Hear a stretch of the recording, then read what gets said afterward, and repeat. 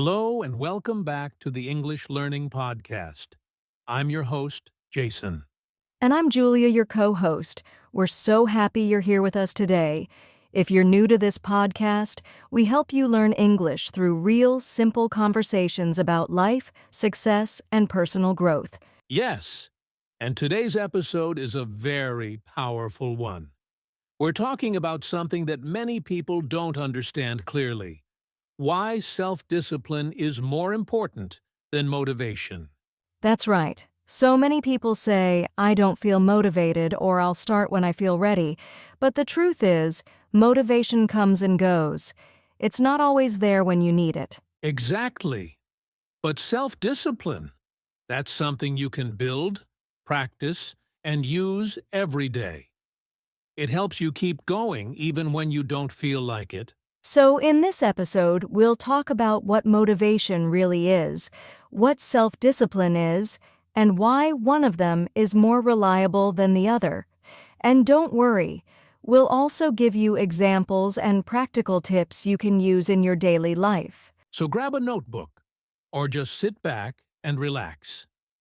Let's begin our conversation on why self-discipline beats motivation, especially if you want to grow, improve, or learn something new, like English. All right, Julia, let's start with the basics. What do we actually mean when we say motivation and self-discipline? Good question. Motivation is that feeling you get when you're excited to do something. For example, when you feel inspired after watching a video or listening to a speech, you want to take action right away. Yeah, like when you hear a success story and you think, wow, I'm going to start working out every day. Exactly, but that feeling usually fades away after a few hours or a few days. That's the problem. Motivation doesn't last. Now, let's look at self-discipline. It's very different. Self-discipline means doing what you need to do, even when you don't feel like it. Yes, it's like saying, I don't want to study English today, but I'm going to study for 20 minutes anyway. That's self-discipline. So we can say motivation is emotional, but discipline is a habit. That's a great way to put it.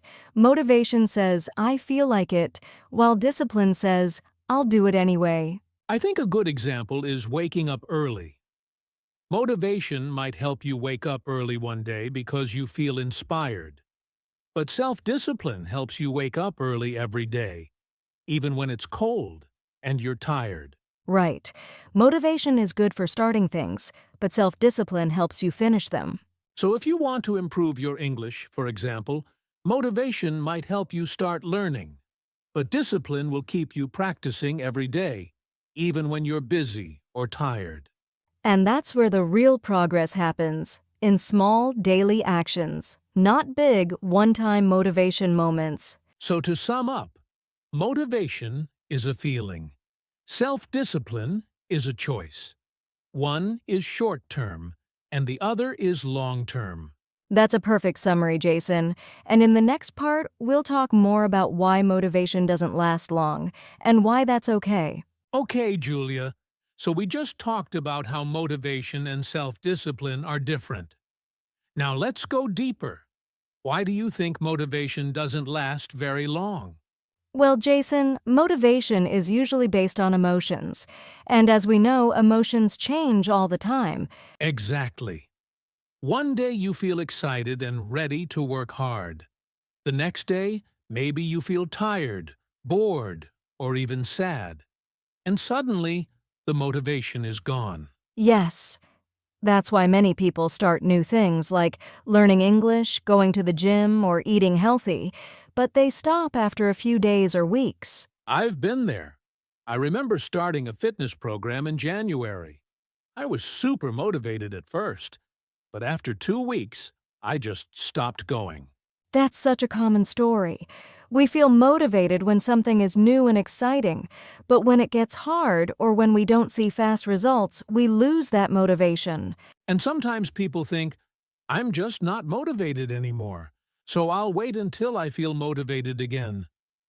But that could take days, or never happen. That's the trap. Waiting for motivation can stop your progress. That's why it's dangerous to depend only on feelings. So motivation is not bad. It's just not enough, right? Exactly. Motivation can be a great way to start, but it's not strong enough to carry you through hard days. That's where self-discipline comes in. I like to think of motivation like a match. It burns bright for a few seconds. But self-discipline is like a candle. It keeps burning slowly and steadily. That's a great example.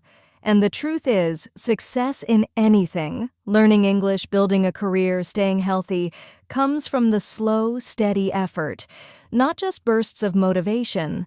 So if you're listening today and thinking, why can't I stay motivated? Don't worry, that's normal. It just means you need to build self-discipline instead. And we'll show you how to do that in the next part of our conversation. All right, Julia, we've talked about how motivation can fade.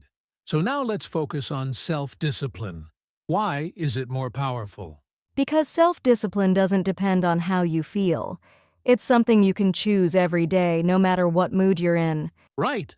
With motivation, we wait to feel ready.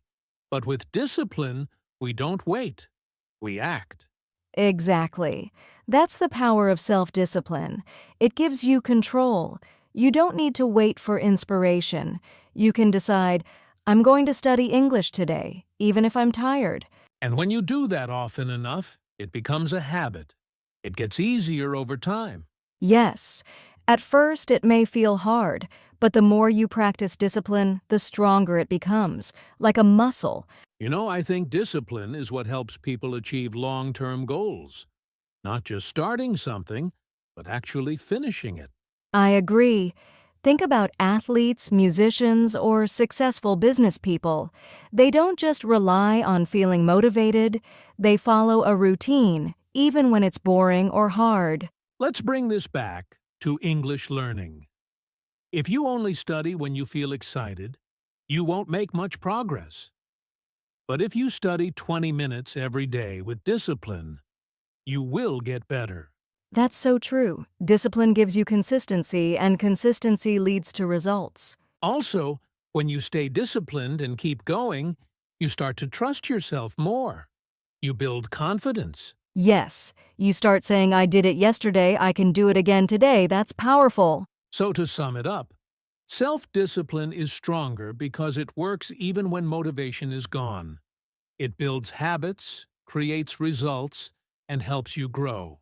Exactly. It's not always easy, but it's always worth it. And the good news is, you can learn it just like any other skill. And in the next part, we'll give you real-life examples to show how motivation and self-discipline work differently in daily life. All right, Julia, let's make this super real for our listeners. Let's talk about some daily situations where motivation and discipline look very different. Great idea. Let's start with a common one, waking up early. When you feel motivated, maybe after watching a video or setting a goal, you say, tomorrow I'll wake up at 5 a.m. Yep. So you set your alarm, and the next morning, maybe you actually do it. But by day 2 or 3, that excitement is gone. And you hit snooze. Exactly. That's motivation. It helps you start. But self-discipline is what helps you wake up at 5 a.m. every day, even when you're tired or it's cold outside. Another great example, learning English. Maybe you watch a motivational video that says, you can become fluent in 6 months. So you feel excited and study for 2 hours. But then life gets busy. You miss a day, then another, and slowly you stop. Right. But if you have discipline, you say, I'll study English for 20 minutes every day, no matter what.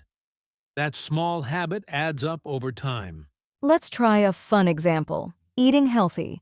Motivation. You see a fitness influencer on Instagram and say, no more junk food, so you eat salad for one day. But the next day, someone offers you a slice of cake, and you eat 3. Motivation fades fast. But self-discipline says, I'll have one small piece and stay on track tomorrow.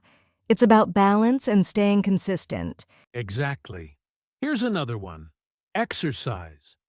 With motivation, you go to the gym when you feel like it.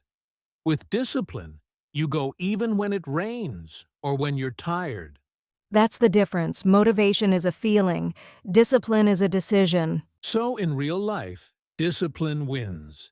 Because life is busy, unpredictable, and sometimes stressful. Discipline helps you stay strong when motivation disappears.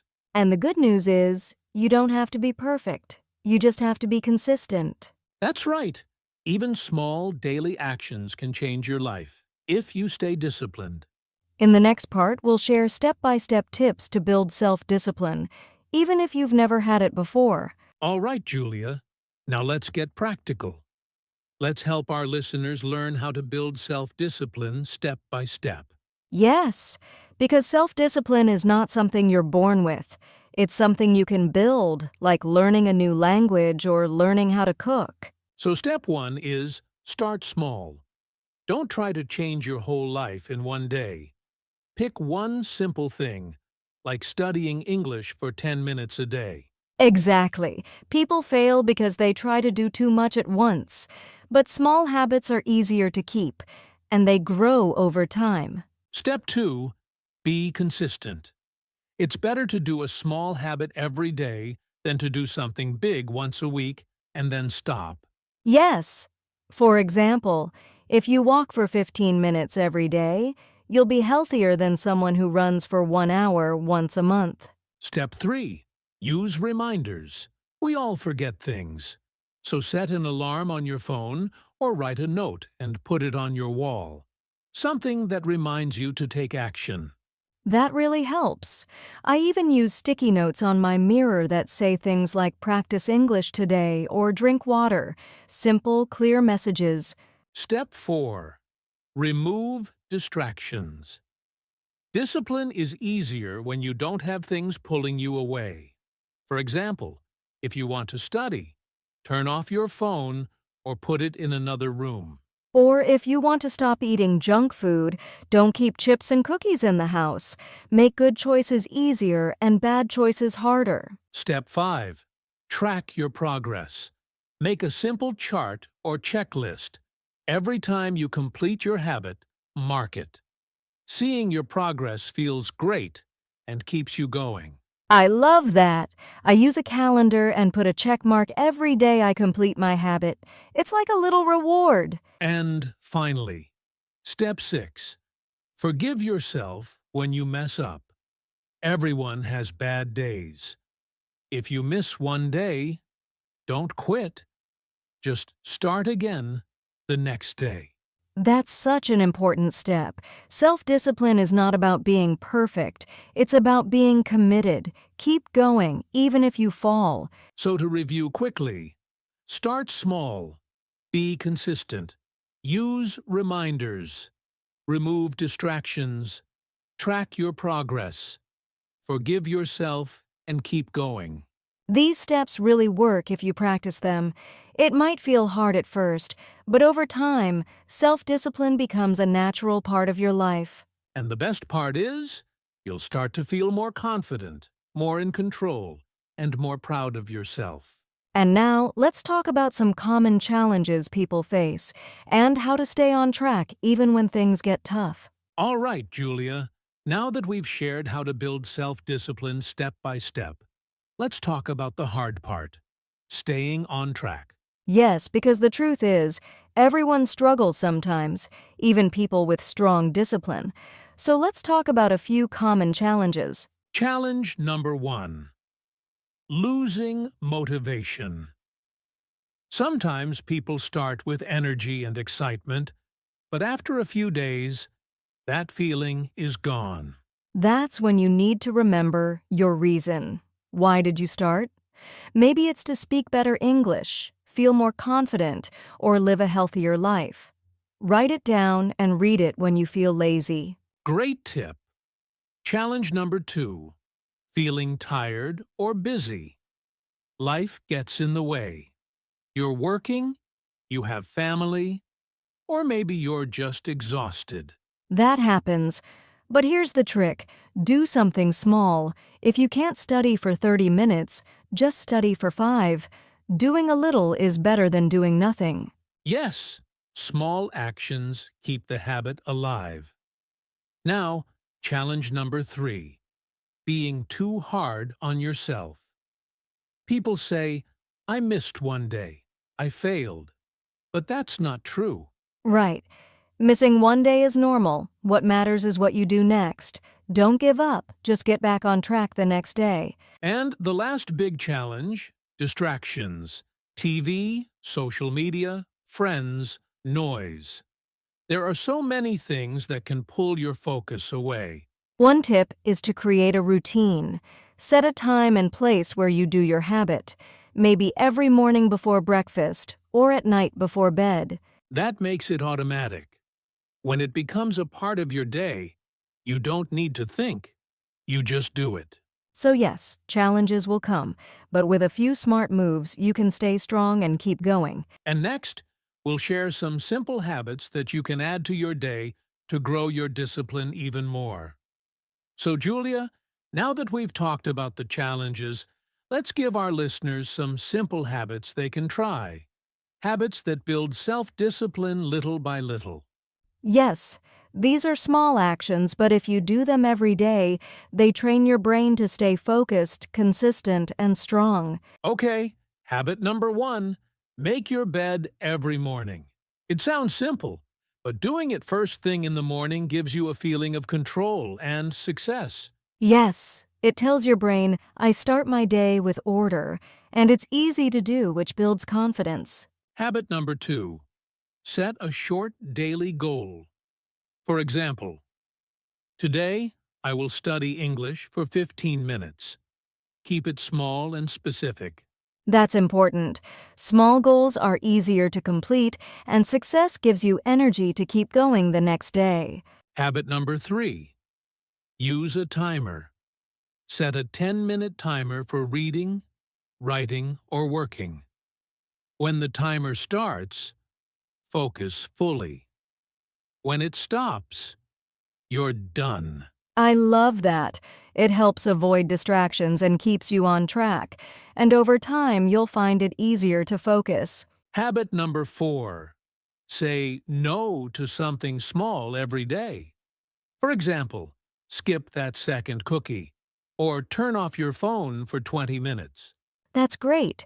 Every time you say no to something easy, you train your self-control muscle. You get stronger inside. Habit number 5, reflect at the end of the day.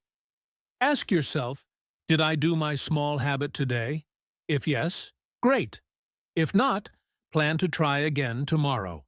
Reflection helps you stay honest with yourself. It's not about judgment. It's about learning. So, to review, make your bed. Set a daily goal. Use a timer. Say no to small temptations. Reflect daily. Start with just 1 or 2. Keep it simple. Discipline doesn't grow in a day. It grows with daily effort. And now, let's have a little fun. A short role play to show the difference between motivation and discipline in a real-life situation. Let's imagine 2 people, motivated Mike and disciplined Dinah. Both want to learn English. Let's see how their day goes. Scene 1, morning. Yawns, wow, I feel amazing today. I watched a video last night about learning English fast. I'm super motivated. I'll study for 2 hours today. Mike studies for 2 hours. He feels great. But tomorrow, scene 2, next morning. Ugh, I'm so tired. I'll skip studying today. I don't feel that motivation anymore. Maybe tomorrow. And the next day, Still not feeling it. I think I'll wait until I'm inspired again. Scene 3. Now let's meet disciplined Dana. Yawns, I'm sleepy today, but it's okay. I promised myself 20 minutes of English every day. I'll do it now. Dinah studies for 20 minutes. The next day, she does it again. Even when she's tired. Even when she's busy. Scene 4, 1 month later. Wow, I can understand English podcasts more clearly now. It wasn't always easy, but I never got back into it. I guess I'm just not motivated anymore. So what's the lesson here? Motivation feels good, but it doesn't last. Self-discipline is what brings results, even when you don't feel like it. So be like Dana.